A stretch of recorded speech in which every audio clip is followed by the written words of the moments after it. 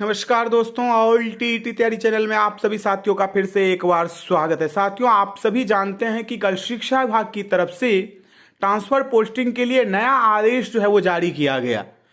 दो प्रकार का आदेश जारी किया गया, उसमें आप सभी को दुविधा है। मैं आपको बताना चाहूंगा कि जो हस्ताक्षर से आदेश जारी है उसको ही आप सही मानिए, क्योंकि बिना हस्ताक्षर वाला जो आदेश था उसमें कुछ संशोधन किया गया, वो मैं आप सभी को बताऊंगा। पहले उससे बिहार सरकार शिक्षा विभाग ने आपकी जो समस्या है उसको अपने संज्ञान में लिया और जो आपने पहले आवेदन किया था स्थानांतरण पोस्टिंग के लिए, सारे जितने भी आवेदन है उसको रद्द कर दिया गया। यानी कि जो आपने आवेदन किया था उसको सभी को डिलीट कर दिया गया होगा और फिर से आपको इस शिक्षा कोष पोर्टल के माध्यम से ही आवेदन करना है।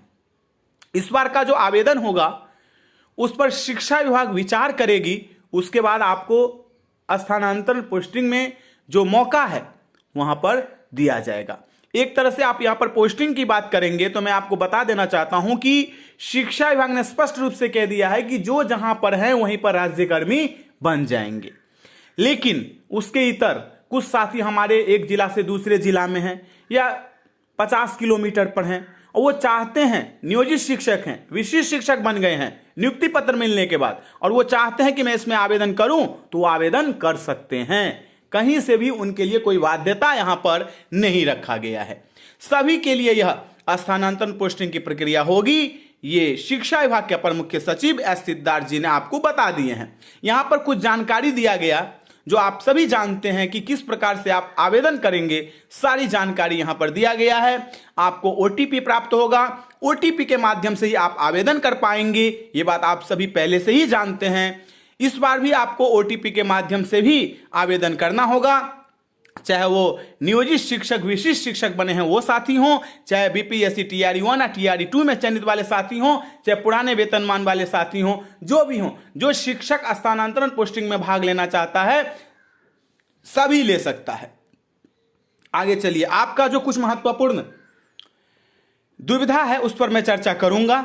यहां पर स्पष्ट रूप से आप देख रहे होंगे कि जो चौथा नंबर का है वहां पर आपको वैवाहिक स्थिति जो है वो दिखाना है और लिंग दिखाना है, यानी कि मेल फीमेल जो भी है उसको वहां पर प्रदर्शित करना होगा कि आप मेल हैं कि फीमेल हैं या क्या हैं। ठीक है, तो ठीक है। 5वां नंबर पर चलिए, विशेष समस्या से ग्रसित होने के कारण इच्छुक शिक्षक शिक्षिका द्वारा स्थानांतरण हेतु दिए गए निम्नलिखित विकल्पों में से किसी एक विकल्प का चयन आपको करना ही होगा। उसी के आधार पर आपको स्थानांतरण पोस्टिंग में मौका मिलेगा। अब कई साथी का कहना है कि यहां पर विशेष समस्या, अब विशेष समस्या में सब कुछ शिक्षा विभाग ने रख दिया है, कोई एक समस्या को नहीं रखा है विशेष समस्या में। इसलिए आप लोग ये नाम सुन करके ये मत समझिए कि आप आवेदन नहीं कर सकते हैं। यहां पर सभी कोई आवेदन कर सकता है। यदि कोई 10 किलोमीटर के इर्द गिर्द में जॉब कर रहा है, नौकरी कर रहा है, बच्चों को गुणवत्तापूर्ण शिक्षा दे रहा है, यदि वो भी चाहता है कि मैं इसमें आवेदन करूं तो कर सकता है। यहां पर एक दुविधा आपको और है, पहले की जो नियमावली के साथ आप सभी को आवेदन करने के लिए कहा गया था उसमें कुछ बाध्यता थी, जैसे कि महिला, दिव्यांग, पति पत्नी, यानी कि पत्नी को दिया गया था वहां पर सुविधा, पति को नहीं दिया गया था। अपना पंचायत छोड़ के ही ऑप्शन में डालेंगे। और पुरुष शिक्षकों के लिए स्पष्ट रूप से कहा गया था कि वो अपना अनुमंडल छोड़ करके डालेंगे। जब आवेदन की प्रक्रिया शुरू हुई तो उसमें कई प्रकार की समस्या शिक्षा विभाग को दिखाई दिया, जैसे पुरुष के लिए जो अनुमंडल था गृह अनुमंडल, उसके अलावा उनके ससुराल का अनुमंडल नहीं आ रहा था, जहां पर वो पदस्थापित है वो अनुमंडल नहीं आ रहा था, जहां पर उनकी पत्नी पदस्थापित है वो अनुमंडल नहीं आ रहा था। तो उसमें सुधार किया गया, बाद में आवेदन लिया जा रहा था। आप देखे होंगे इस बात को। इस बार की प्रक्रिया में क्या है कि आप अपना भी पंचायत दे सकते हैं, अपना भी ब्लॉक दे सकते हैं, अपना ही अनुमंडल दे सकते हैं। उस पर विचार करना है किसको, तो शिक्षा विभाग को, अपर मुख्य सचिव को, कि भाई इनको क्या समस्या है, समस्या है तो इनको स्थानांतरण दिया जाए कि नहीं दिया जाए। आवेदन आप रखेंगे, आप अपनी बातों को रखेंगे आवेदन के माध्यम से, आपको किस प्रकार की समस्या है, यहां पर पहला समस्या आप सभी के स्क्रीन पर है, जो आप सभी देख रहे होंगे।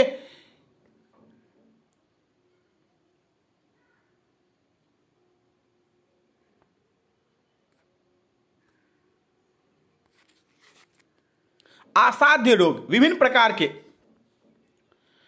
कैंसर स्वयं पति पत्नी बच्चों शिक्षक को हो या उनके पति मतलब पति पत्नी बच्चों को हो। एक ये वाला ऑप्शन भी आप ले सकते हैं, जो कि शिक्षा विभाग के अपर मुख्य सचिव ने कहा कि 10,000 लोगों ने बीमार के लिए ऑप्शन को चूज किया था।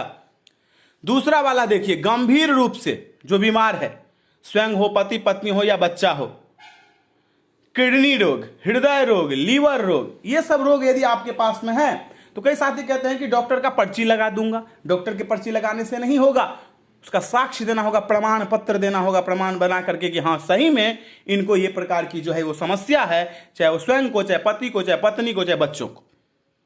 अब यहां पर देखिए तीसरा नंबर पे, ये स्पष्ट है, इसमें कोई दुविधा वाली बात नहीं है। आप इसी के लिए परेशान हो रहे थे।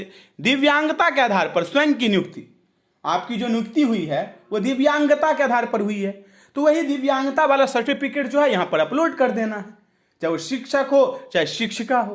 कहीं पर भी आपको जाना है, पंचायत में, प्रखंड में, ऑप्शन आपको देना है।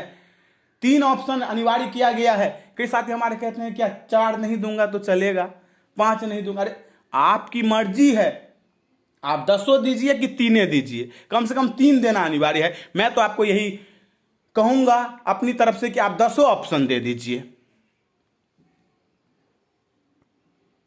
चौथा वाला देखिए, मानसिक दिव्यांगता,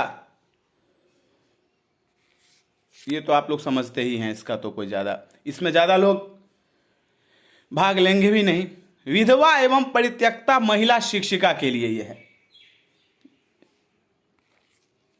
स्पष्ट रूप से समझ लीजिएगा। जो दिया गया है वही ऑप्शन मिलेगा, उसी को टिक करिएगा, उसी के आधार पर आपको मौका मिलेगा। पति पत्नी के पदस्थापन के आधार पर, पहले सिर्फ पत्नी के पदस्थापन के आधार पर दिया गया था, शिक्षक शिक्षिका दोनों के लिए।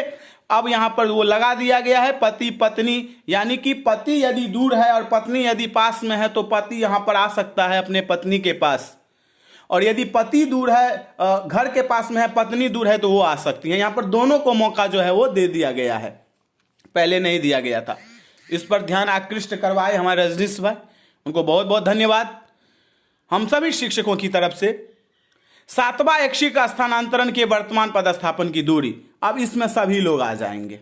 7वें नंबर पे जो है, चाहे शिक्षक हो चाहे शिक्षिका हो, यदि उनको लगता है कि भाई हमें किसी प्रकार की समस्या है, हम दूर दराज में हैं, हमें वहां पर काम नहीं करना है, दूसरे स्कूल में काम करना है, तो शिक्षा विभाग ने आपको स्वतंत्र छोड़ दिया है।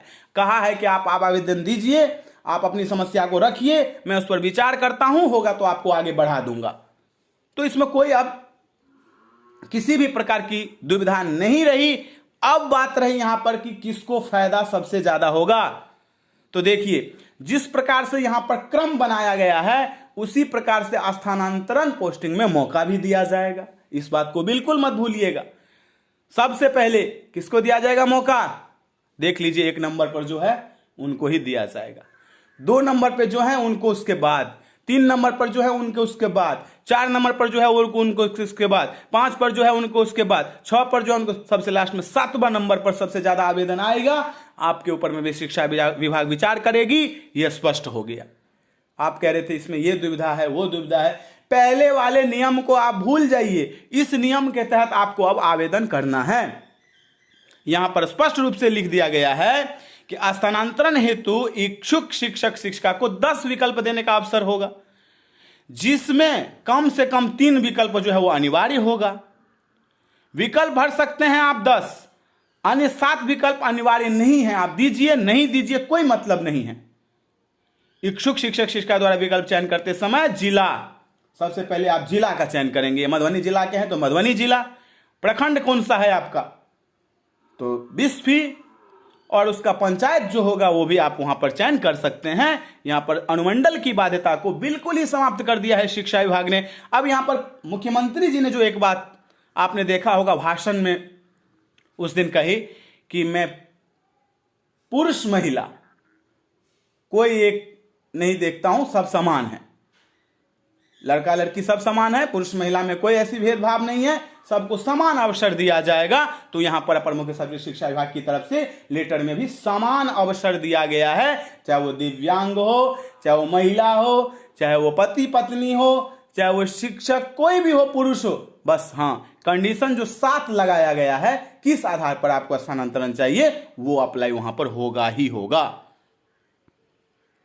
चलिए, इसको ज्यादा पढ़ने से कोई फायदा है नहीं, आपका समय ज्यादा मैं नहीं लूंगा। जो आपके मन में दुविधा था, किसको सबसे ज्यादा लाभ होगा, वो आपको मैंने बता दिया है।